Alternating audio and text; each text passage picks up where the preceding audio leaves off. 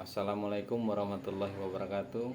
Perkenalkan, saya Muhammad Fauzi, mahasiswa Hukum Tata Negara, Sekolah Tinggi Agama Islam Bumi Selampari, Kota Lubuk Linggau. Baiklah, dalam video ini saya akan mempresentasikan tugas kuliah saya dengan mata kuliah Fikih Siasat dan mata kuliah Pemikiran Politik Klasik dan Pertengahan oleh dosen pengampu Bapak Saiful Anwar MH. Adapun tugas ini dibuat dalam bentuk makalah dengan judul Perkembangan dan Pemikiran Politik pada masa dinasti Ayyubiyah, dinasti Umayyah, dinasti Abbasiyah, dan juga dinasti Turki Utsmani. Sebagai pengantar dari makalah ini, terlebih dahulu saya akan menjelaskan tentang konsep politik dalam Islam. Islam menyebut istilah politik dengan siasah, yaitu berarti pengaturan masalah keumatan. Menurut Imam Hambali, siasah adalah sikap, perilaku, dan kebijakan kemasyarakatan yang mendekatkan pada kemaslahatan, sekaligus menjauhkan dari kemafsadahan meskipun belum pernah ditentukan oleh Rasulullah SAW. Menurut Imam Hanafi, siasah berarti mendorong kemaslahatan makhluk dengan memberikan petunjuk dan jalan dan menyelamatkan mereka di dunia dan akhirat.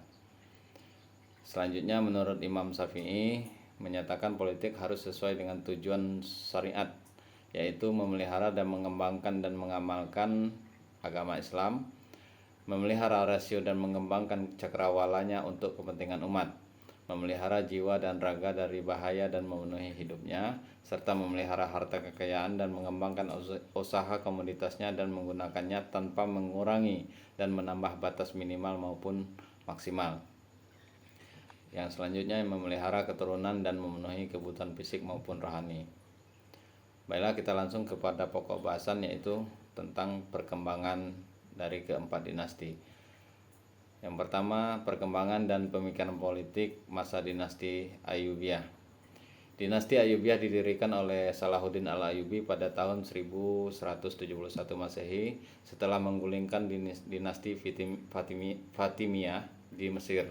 Salahuddin al-Ayyubi awalnya adalah komandan militer di bawah penguasaan Zegid Nur ad-Din, yang mana perkembangan dan pemikiran politik Ayyubiyah sangat dipengaruhi oleh konteks historis mereka, terutama Perang Salib, dan memiliki dampak yang signifikan pada perkembangan politik dan budaya Islam selanjutnya.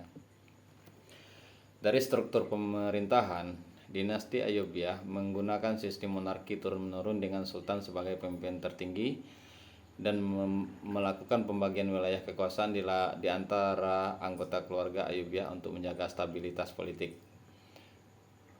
Menggunakan sistem iqta, yaitu pemberian tanah kepada para pejabat dan komandan militer sebagai imbalan jasa, dan membuat administrasi terpusat dengan birokrasi yang efisien termasuk diwan atau yang disebut dengan kantor pemerintahan untuk berbagai urusan.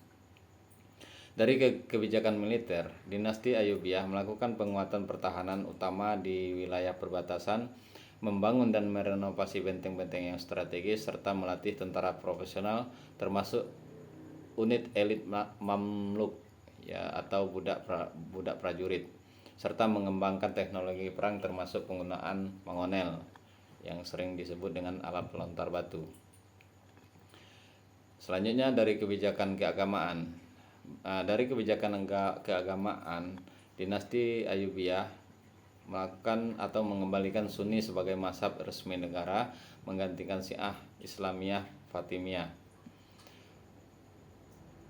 Membangun madrasah-madrasah Sunni untuk memperkuat ideologi negara, meningkatkan toleransi terhadap minoritas agama termasuk Kristen, Yahudi, meski dengan berbagai pembatasan, serta menekankan konsep jihad dalam konteks perlawanan terhadap Perang Salib. Selanjutnya, kebijakan ekonomi. Dinasti Ayyubiyah melakukan pengembangan perdagangan internasional termasuk dengan negara-negara Eropa, meningkatkan dan perbaikan infrastruktur termasuk jalan-jalan dan pelabuhan, dan mereformasi sistem perpajakan untuk meningkatkan pendapatan negara serta meningkatkan industri pertanian dan industri lokal. Selanjutnya, dari diplomasi dan hubungan internasional, dinasti Ayyubiyah melakukan negosiasi aktif dengan kekuatan Eropa termasuk perjanjian damai dengan Richard I dari Inggris, kemudian membuat aliansi strategis dengan kekuatan muslim lainnya untuk menghadapi ancaman eksternal, serta memberlakukan pernikahan politik untuk memperkuat hubungan antar negara. Kemudian dari perkembangan intelektual kami jelaskan pula pada masa dinasti Ayyubiyah, ia melakukan atau meningkatkan dukungan terhadap ilmu pengetahuan dan seni, membangun perpustakaan dan pusat-pusat pembelajaran, melakukan patronase terhadap ulama dan penyair serta seniman, dan selanjutnya melakukan pengembangan arsitektur Islam hal ini terlihat dalam pembangunan masjid dan madrasah serta istana. Baiklah, selanjutnya kita masuk kepada pemikiran politik. Pemikiran politik pada masa dinasti Ayyubiyah yaitu memberlakukan konsep kesatuan umat Islam yang disebut dengan ummah sebagai dasar legitimasi kekuasaan, menerapkan prinsip-prinsip syariah dalam pemerintahannya, mengembangkan teori politik Islam dan menekankan keadilan dan kesejahteraan rakyat, memperkuat figur pemimpin yang adil yang dicontohkan oleh Salahuddin Al-Ayyubi itu sendiri. Kemudian adapun tokoh-tokoh politik yang berpengaruh serta terkenal pada masa Ayyubiyah antara lain Salahuddin Al-Ayyubi, Al-Malik Al-Adil, Al-Malik Al-Kamil, dan Al-Malik Al-Muazzam. Kita masuk pada kemunduran dinasti Ayyubiyah. Kemunduran dinasti Ayyubiyah itu dipengaruhi karena terjadinya konflik internal di antara pewaris Salahuddin setelah kematiannya, adanya berbagai ancaman yang terus-menerus dari pasukan Salib dan Mongol, meningkatnya kekuatan Mamluk yang akhirnya menggulingkan dinasti di Mesir pada tahun 1250 Masehi. Baiklah, kita langsung kepada dinasti yang kedua, yaitu perkembangan dan pemikiran politik pada masa dinasti Umayyah. Dinasti Umayyah didirikan pada tahun 661 Masehi oleh Muawiyah bin Abu Sufyan setelah berkonflik dengan Ali bin Abi Thalib. Ia memindahkan pusat pemerintahannya dari Madinah ke Damaskus dan mengubah sistem pemerintahan dari sistem khalifah atau kepemimpinan berdasarkan musyawarah menjadi sistem pemerintahan monarki yang turun-menurun. Dinasti Umayyah memainkan peran krusial dalam pembentukan institusi politik di awal pemerintahannya. Struktur pemerintahan dinasti Umayyah,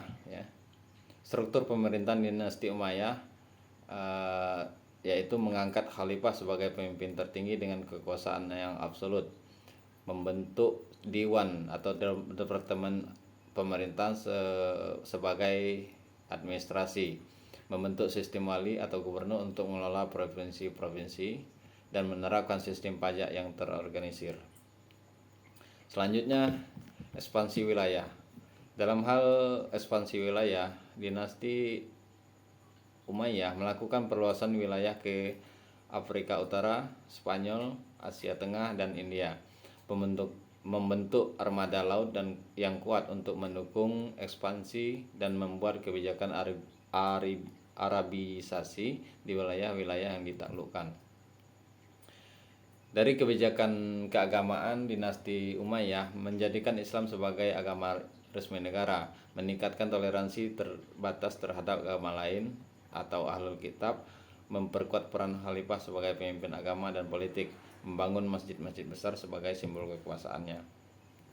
Dari kebijakan ekonomi, dinasti Umayyah membuat standarisasi mata uang dengan pengenalan dinar, emas, dan dirham serta perak sebagai mata uang, mengembangkan sistem irigasi untuk meningkatkan produksi pertanian, serta membangun berbagai infrastruktur seperti jalan dan pelabuhan untuk mendukung perdagangannya, serta membuat dan pengenalan sistem pajak baru termasuk jizyah untuk non-muslim. Dari perkembangan budaya dan intelektual pada masa Umayyah, ia menerapkan Arabisasi administrasi dan kehidupan sosial, mendukung perkembangan seni dan arsitektur Islam yang Dalam dinasti ini juga berawalnya perkembangan ilmu hadis, tafsir, dan fikih, serta melakukan penerjemahan karya-karya Yunani Persia di dalam bahasa Arab. Kebijakan militer mereka atau kebijakan militer dari dinasti Umayyah yaitu membentuk antara profesional yang berbayar, menggunakan teknologi perang baru yang termasuk mesin pengepung, dan membangun ribat atau pos perbatasan untuk pertahanan. Selanjutnya, hubungan internasional. Dinasti Umayyah melakukan diplomasi aktif dengan Kekaisaran Bizantium dan kekuatan lain, membuat perjanjian dagang dengan berbagai negara, serta melakukan pengiriman duta besar ke negara-negara tetangga. Selanjutnya, pemikiran politik. Secara umum, pemikiran politik dinasti Umayyah berfokus pada konsolidasi kekuasaan dan perluasan wilayah serta pengembangan administrasi pemerintahan. Pembentukan ideologi kekuasaan dan memperkuat legitimasi dinasti di antara pemikiran politik yang dihasilkan antara lain menekankan pentingnya jihad dalam konteks perang salib dan memberlakukan konsep kesatuan umat Islam atau ummah, serta menekankan pentingnya keadilan dalam kesejahteraan rakyat. Beberapa tokoh politik penting pada masa dinasti Umayyah antara lain Muawiyah I, Yazid I, Abdul Malik bin Marwan, Umar bin Abdul Aziz, serta Al-Walid I. Kita masuk kepada kemunduran dinasti Umayyah. Kemunduran dinasti Umayyah terjadi pada tahun 750 Masehi yang dipengaruhi oleh beberapa hal. Antara lain terjadinya tantangan internal berupa konflik antara Arab dan non-Arab atau Mawali, terjadinya pemberontakan Khawarij dan Syiah, adanya ketegangan antara suku utara atau Qais dan selatan, yaitu daerah Yaman maksud kami. Munculnya gerakan Abbasiyah dan akhirnya menggulingkan Umayyah. Kita masuk kepada dinasti yang ketiga, yaitu dinasti Abbasiyah. Adapun perkembangan dan pemikiran politik pada masa dinasti Abbasiyah yang didirikan oleh Abu Abbas Al-Saffah pada tahun 750 Masehi setelah menggulingkan dinasti Umayyah.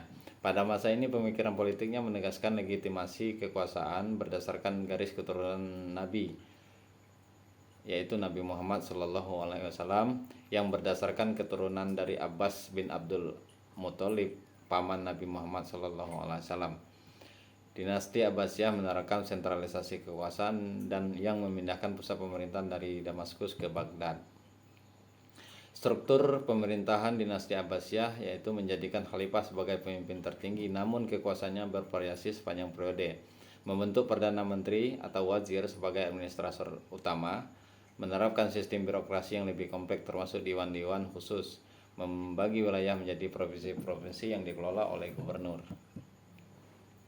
Periode kekuasaan pada masa dinasti Abbasiyah dibagi dalam 3 periode, yaitu periode atau masa keemasan pada tahun 750 sampai 847 Masehi, yang mana terjadinya stabilitas politik dan ekspansi wilayah serta perkembangan ilmu pengetahuan, seni, dan budaya. Periode yang kedua yaitu periode atau masa kemunduran pada tahun 847 sampai tahun 945. Hal ini ditandai meningkatnya kekuasaan militer Turki dan munculnya dinasti-dinasti semi-independen di wilayah-wilayah tertentu. Periode yang ketiga yaitu periode dominasi Buwayhid dan Seljuk tahun 945 sampai 1258, yang mana ditandai oleh khalifah sebagai simbol spiritual dengan kekuasaan politik yang terbatas. Kebijakan keagamaan dinasti Umayyah dinasti Abbasiyah menjadikan Islam Sunni sebagai ideologi resmi negara, yang meningkatkan toleransi sebagai agama lain dan aliran Islam yang berbeda, melakukan patronase terhadap ulama dan institusi keagamaan, mendirikan madrasah-madrasah sebagai pusat pendidikan Islam. Kita masuk ke kebijakan ekonomi.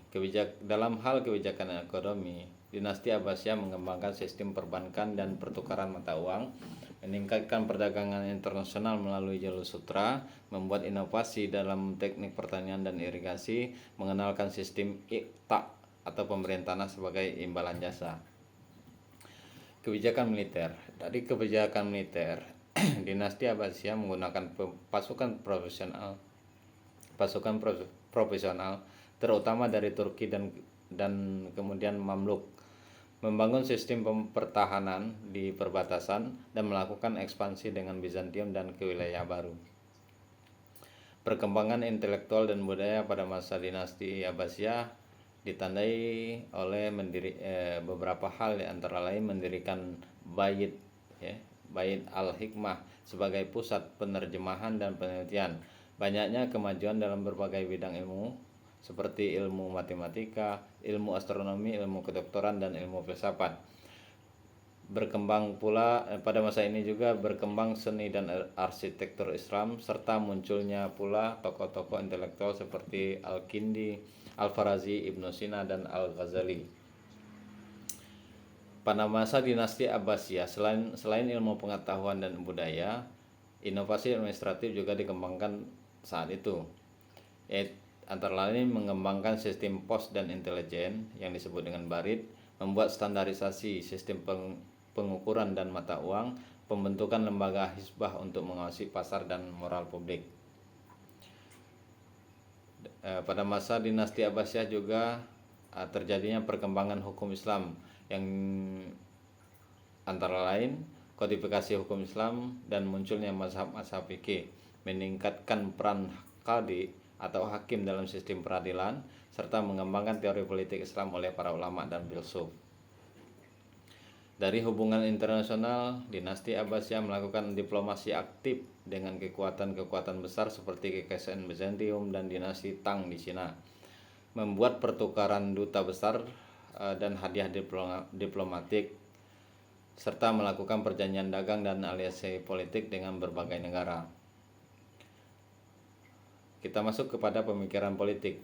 Pemikiran politik pada masa dinasti Abbasiyah menerapkan konsep khilafah yaitu Khalifah Abbasiyah dianggap sebagai pemimpin umat Islam dan penerus Nabi Muhammad SAW. Penerapan hukum Islam atau syariah dalam sistem pemerintahan menekankan pada persatuan dan solidaritas umat Islam serta pengembangan birokrasi yang efisien terpusat di bawah kekuasaan khalifah. Menerapkan toleransi terhadap agama dan budaya lain seperti Kristen, Yahudi, dan Zoroaster. Melakukan pengembangan ilmu pengetahuan, sastra, seni Islam yang mencapai puncak kemajuan. Penaklukan dan perluasan wilayah kekuasaan untuk memperluas pengaruh Islam. Membuat teori kontrak sosial antara penguasa dan rakyat, antara otoritas spiritual atau khalifah dan kekuatan praktis atau sultan atau amir harus terpisah. Munculnya karya-karya politik seperti Al-Ahkam Al-Sultaniyah oleh Al-Mawardi. Adapun tokoh-tokoh politik yang terkenal dan penting pada masa dinasti Abbasiyah antara lain Abu Abbas As-Saffah, Abu Ja'far Al-Mansur, Al-Harun Ar-Rasyid, Al-Ma'mun, Al-Mu'tas, dan Al-Mu'tadid.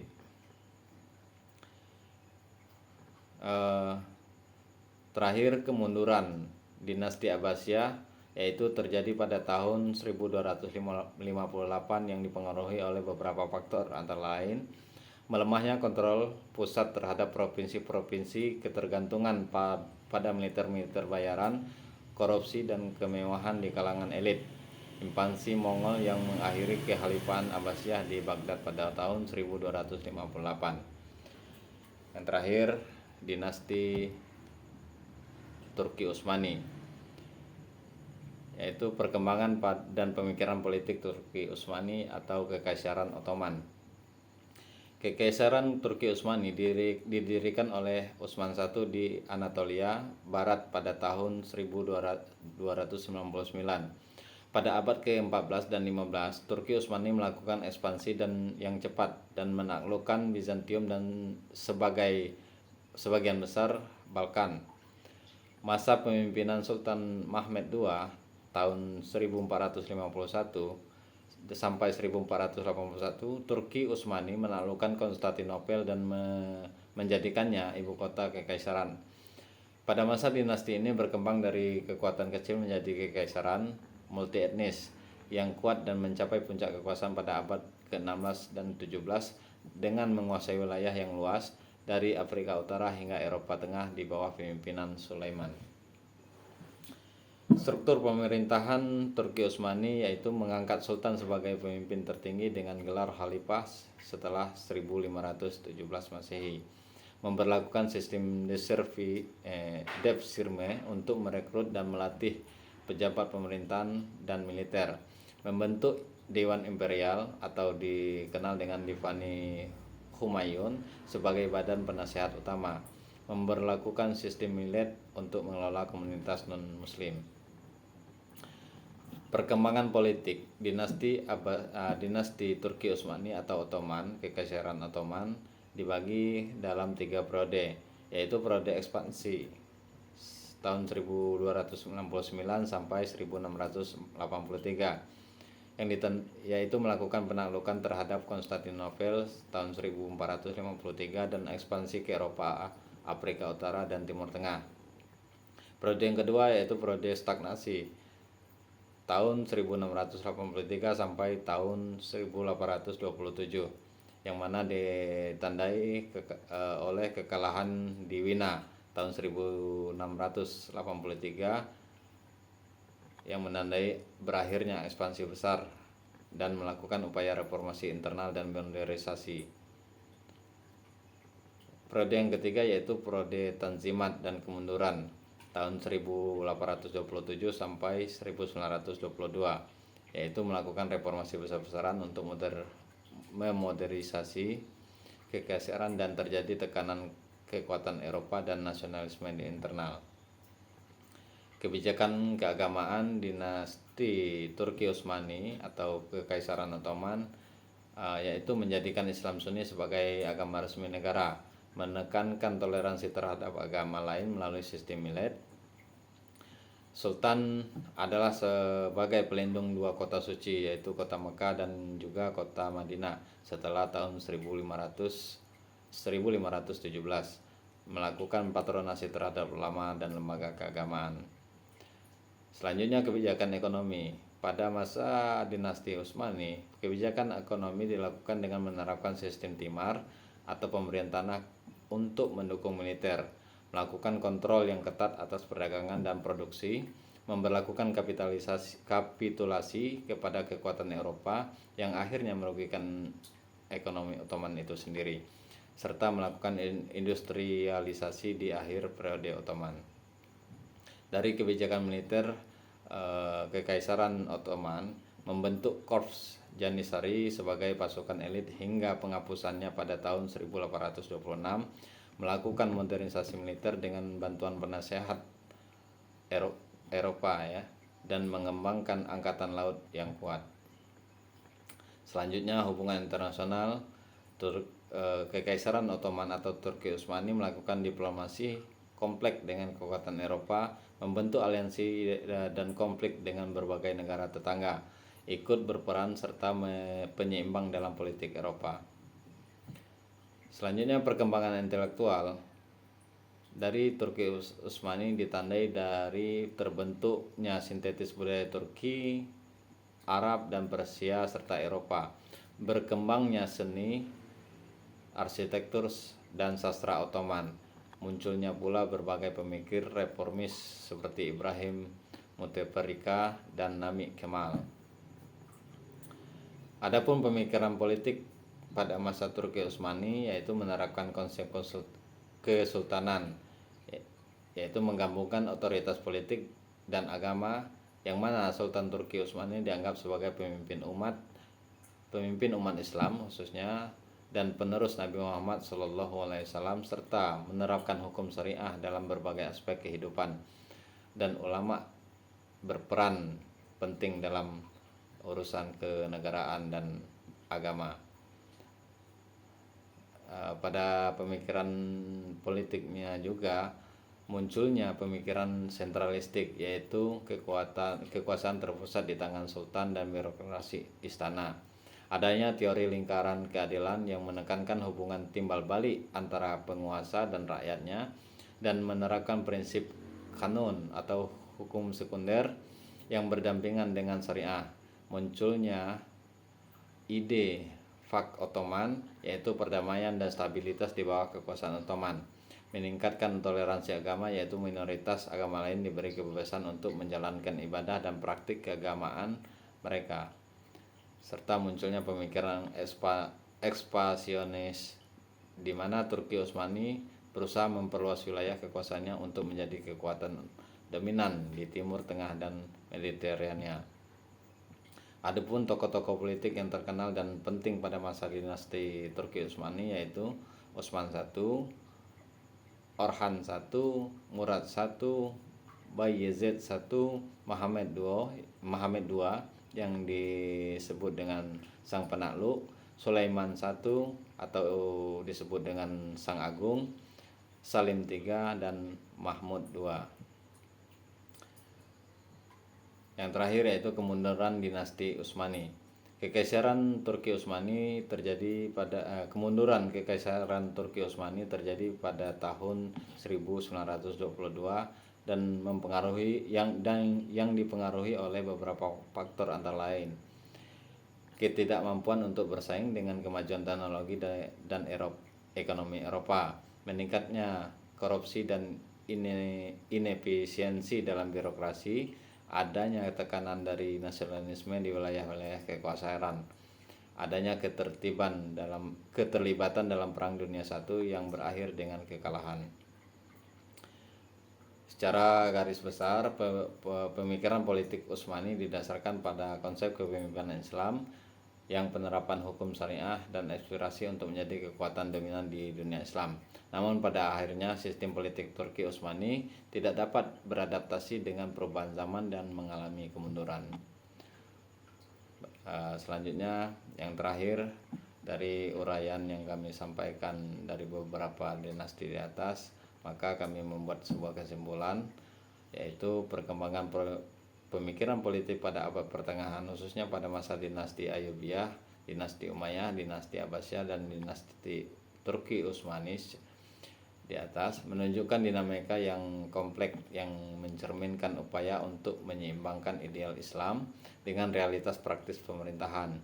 Periode pertengahan ini ditandai oleh inovasi administratif dan pengembangan teori politik yang kompleks dan juga adaptasi terhadap tantangan internal dan eksternal, dan warisan politik dari era tersebut di atas dan terus mempengaruhi pemikiran politik Islam hingga sampai masa modern hingga saat ini.